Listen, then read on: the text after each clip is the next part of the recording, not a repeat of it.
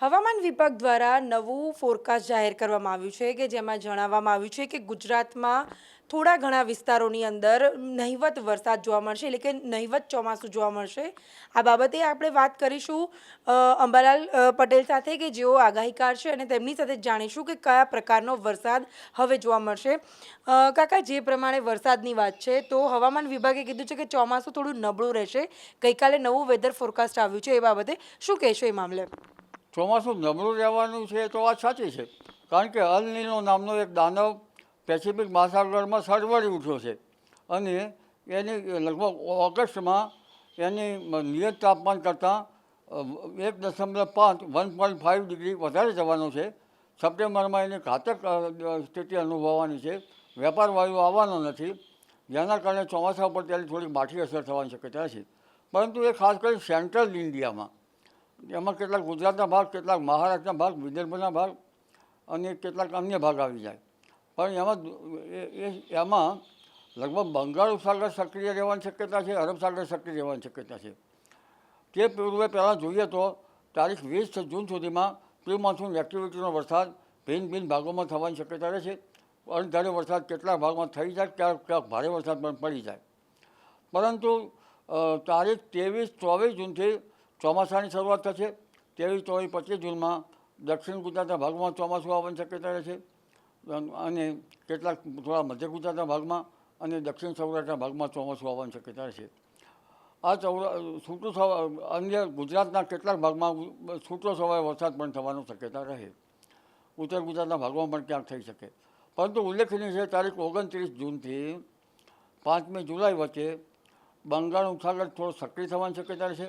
તારીખ 18થી 22માં બંગાળ ઉપસાગરમાં સિસ્ટમ બનવાની શક્યતા છે, લો પ્રેશર બનવાની શક્યતા છે, જેના લીધે તેના ભેજના કારણે લગભગ તેનો ભેજ પૂર્વ મધ્યપ્રદેશના ભાગો અને પૂર્વ ગુજરાતના ભાગો, ઉત્તર ગુજરાતના ભાગોમાં વરસાદ થવાની શક્યતા છે. જેમાં ઉત્તર ગુજરાતના કેટલાક ભાગમાં ઘણા વાવણી લાયક વરસાદ થવાની શક્યતા છે. પરંતુ અલ નીનો જેમ જેમ ઘાતક બનતો જાય તેમ તેમ વરસાદ ઓછો થવાની શક્યતા છે. અને આ વરસાદ દક્ષિણ ગુજરાતના ભાગો અને દક્ષિણ સૌરાષ્ટ્રના ભાગોમાં પણ વરસાદ થવાની શક્યતા છે.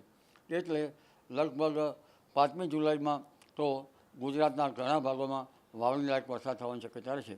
જો આદ્રા નક્ષત્રમાં એટલે કે 22-23 જૂન પછી ખાડા ખાબોચિયા ભરાય અને તળાવ ભરાય તો પછી 7મી જુલાઈ બાદ નદી નાળા ઉભરાય તેવો વરસાદ થવાની શક્યતા રહે. જી.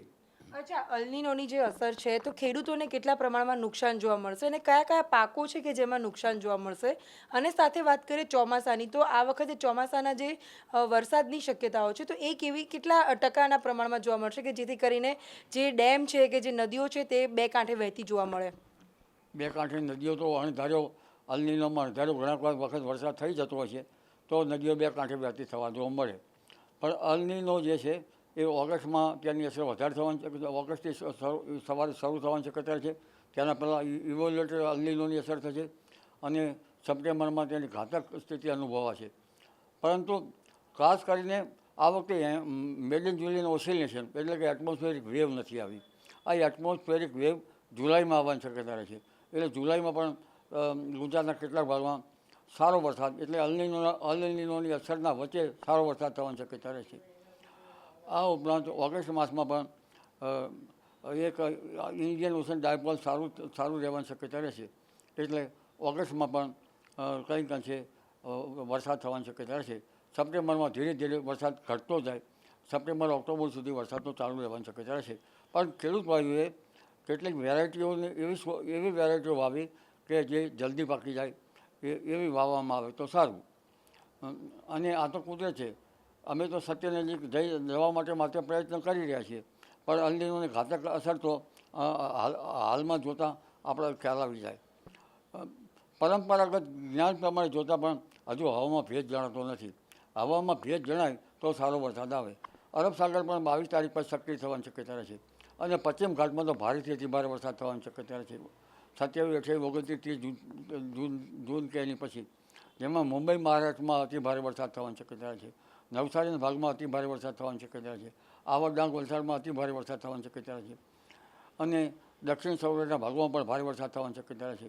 એટલે હવે લગભગ જૂન અને 5મી જુલાઈ વચ્ચે સારો વરસાદ થવાની ગુજરાતમાં શક્યતા રહે છે. જી ચોક્કસથી તો 5મી જુલાઈ સુધીની વાત છે કે જૂનના મધ્ય ભાગ પછી એટલે કે 25 જૂન પછી વરસાદ જે છે તે વિધિવત રીતે આવી શકે છે અને ખેડૂતોને એવા પાકના વાવેતર કરવાની જરૂર છે કે જે કોઈ પણ પાકને નુકસાન ન થાય, સાથે જ જલ્દીથી તે પાકનો કહી શકાય કે તે પાક ઉગી શકે અને અલ્નીનોના જે વાવાઝોડાની અસર છે તે તેની પર ન પડે.